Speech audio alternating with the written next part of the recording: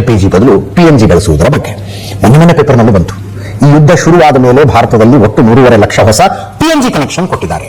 LPG ಮತ್ತು PNG. ಈ ಗೇಲ್ ಅಂತ ಒಂದಿದೆ, gas authority of India limited.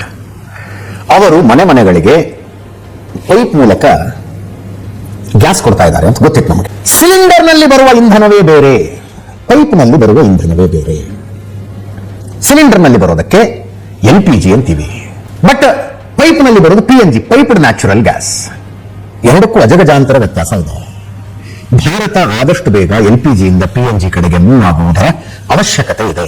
Crude oil ನಿಂದ LPG ಹೊರಗೆ ತೆಗಿತಾರೆ, ಬಟ್ ಮೀಥೇನ್ ಭೂಮಿ ಒಳಗಿದೆ.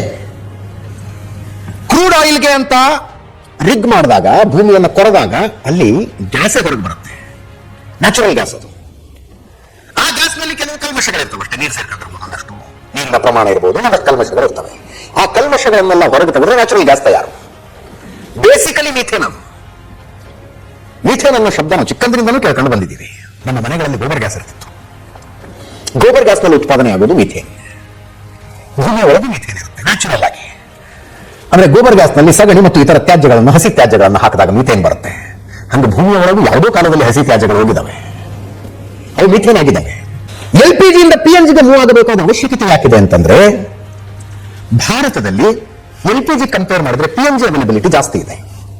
ಒಂದು, ವಿದೇಶಿ ವಿನಿಮಯ ಉಳಿತು, ನಮ್ಮ ದುಡ್ಡನ್ನು ಹೊರಗಡೆ ಕೊಟ್ಟು ತರದು ಉಳಿತು.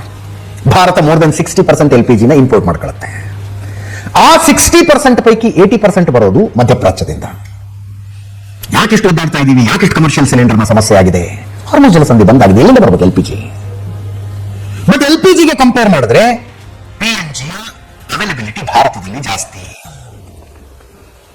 ಇಂಪೋರ್ಟ್ ಮಾಡ್ಕೋತೀವಿ ಇಲ್ಲ ಅಂತಲ್ಲ, ಬಟ್ ಪ್ರಮಾಣ ಕಡಿಮೆ. LPG ತುಂಬಾ ಕಂಡೆನ್ಸ್ ಮಾಡಿ ಸಿಲಿಂಡರ್ ನಲ್ಲಿ ತುಂಬಿರ್ತಾರೆ. PNGಗೂ ಮತ್ತು LPGಗೂ ಹೋಲಿಸಿದ್ರೆ PNGಯ 1000 ಪಟ್ಟು ಹೆಚ್ಚು ಕಂಡೆನ್ಸ್ ಆಗಿ ಸಿಲಿಂಡರ್ ಒಳಗೆ LPG ಇರುತ್ತೆ. ಆ ಕಾರಣಕ್ಕೆ LPG ಇಂದ ಸಿಲಿಂಡರ್ ನಿಂದ ಅಪಾಯನೂ ಜಾಸ್ತಿ. PNG ಹಂಗಾಗೋದಿಲ್ಲ, that's very light weight gas ಅದು. ಅಕಸ್ಮಾತ್ ಲೀಕ್ ಆದ್ರೆ ಸುಮ್ಮನೆ ಆಕಾಶ ಕಡೆ ಹೋಗ್ಬಿಡುತ್ತೆ. ಬಟ್ LPG ತನ್ನ ಭಾರದ ಕಾರಣಕ್ಕಾಗಿ ಕೆಳಗೇ ಇರುತ್ತದೆ. PNG ಸಪ್ಲೈನಲ್ಲಿ ಒಂದು ಲಾಭ ಏನಂದ್ರೆ, ಲೀಕೇಜ್ ಆದ್ರೆ ಆಟೋಮೆಟಿಕ್ ಪೈಪ್ ತಂತಾನೆ ಬಂದಾಗ್ಬಿಡುತ್ತೆ. LPG ಹಂಗಾಗೋದಿಲ್ಲ, ಯಾರನ್ನೂ ಕರೆಸ್ಬೇಕು, ನಾವು ಕರೆಸಿ ಬಂದ್ ಮಾಡಬೇಕು. ಈ ಎಲ್ಲಾ ಲೆಕ್ಕಾಚಾರದಲ್ಲಿ LPG ಗಿಂತಲೂ PNG ಸೇಫ್. ಪ್ರೊಡಕ್ಷನ್ ಕಾಸ್ಟ್ ಕಡಿಮೆ ಇರುತ್ತೆ.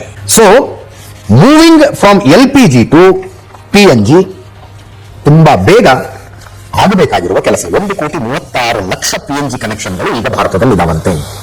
ಮೊನ್ನೆ ಪೇಪರ್ನಲ್ಲಿ ಓದ್ತಾ ಇದ್ದು, ಯುದ್ಧ ಶುರುವಾದ ನಂತರ 3.5 ಲಕ್ಷ PNG ಕನೆಕ್ಷನ್ಗಳನ್ನು ಭಾರತದಲ್ಲಿ ಕೊಡಲಾಗಿದೆ. ಇನ್ನೊಂದೇನೋ ದುಡ್ಡಿನ ಲೆಕ್ಕಾಚಾರದಲ್ಲಿ ಹೇಳ್ತಾ ಇದ್ರು, ಕಮರ್ಷಿಯಲಿ ಹೋಟೆಲ್ ಗಿಟಲ್ನವರೆಲ್ಲ PNG ತಗೊಂಡ್ಬಿಟ್ರೆ ಹೆಚ್ಚಿಗೆ ಲಾಭ ಆಗುತ್ತೆ, ಮನೆಗಳಿಗೆ LPG ಗಿಂತ ಸ್ವಲ್ಪ ಕಾಸ್ಟ್ಲಿ ಆಗಬಹುದು ಅಂತ. ಈಗ ಶುರುವಾಗಿರೋದು, ಬರ್ತಾ ಟೆಕ್ನಾಲಜಿ ಇಂಪ್ರೂವ್ ಆಗುತ್ತೆ. Let's see.